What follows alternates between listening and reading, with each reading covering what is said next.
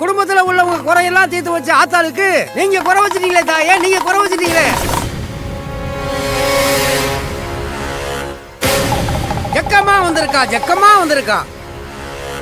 நான் குறி மட்டும் சொல்ல வரல, இந்த குடும்பத்தில் உள்ள குறையெல்லாம் சொல்ல வந்திருக்கேன் தாயே. கடவுள்கிட்ட வேண்டிக்கிறது மட்டும் நம்ம கடமை இல்ல, வேண்டுதலை நிறைவேற்றுறதும் நம்ம கடமை தான். ஆத்தாவோட வேண்டுதலை நிறைவேற்றலைன்னா அவ கோபத்துக்கு ஆளாவீங்க.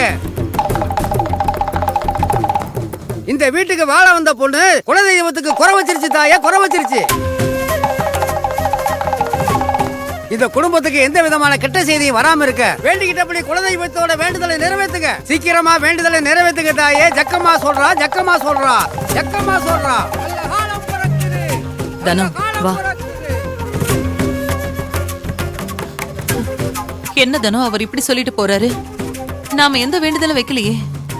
அத்தை, குலதெய்வம் கோயிலுக்கு வேண்டுதலை நான் தான் நினைச்சுக்கிட்டேன் அத்தை. என்ன சொல்ற? ஆமா அத்தை, அவரை காணும்னு தெரிஞ்சதுக்கு அப்புறம் அவர் எப்படியாவது கிடைச்சிடணும், ஹாஸ்பிட்டல்ல முடியாம இருந்த அனு நல்லபடியா குணமாகணும்னு நான் தான் குலதெய்வம் கோயிலுக்கு போய் தீச்சட்டி ஏந்திரன்னு வேண்டிக்கிட்டேன் அத்தை. அதைத்தான் அவரு சரியா சொல்லிட்டு போறாரு. என்ன தனு இதெல்லாமா போய் மறக்கிறது? குலதெய்வத்துக்கு மட்டும் குறை வச்சிடவே கூடாது. குலதெய்வம் கோவத்துக்கு ஆளாகிறது நம்ம குடும்பத்துக்கே நல்லது இல்ல தனு. சரி இரு, என்ன இருந்தாலும் நம்ம வேண்டுதலை நிறைவேற்றி ஆகணும். விடிஞ்சதும் நாம கயல் கிட்ட பேசி சீக்கிரமே குலதெய்வ கோயிலுக்கு போய் உன் வேண்டுதலை நிறைவேற்றிட்டு வந்துடலாம். சரிங்க அத்தை. நீ போ.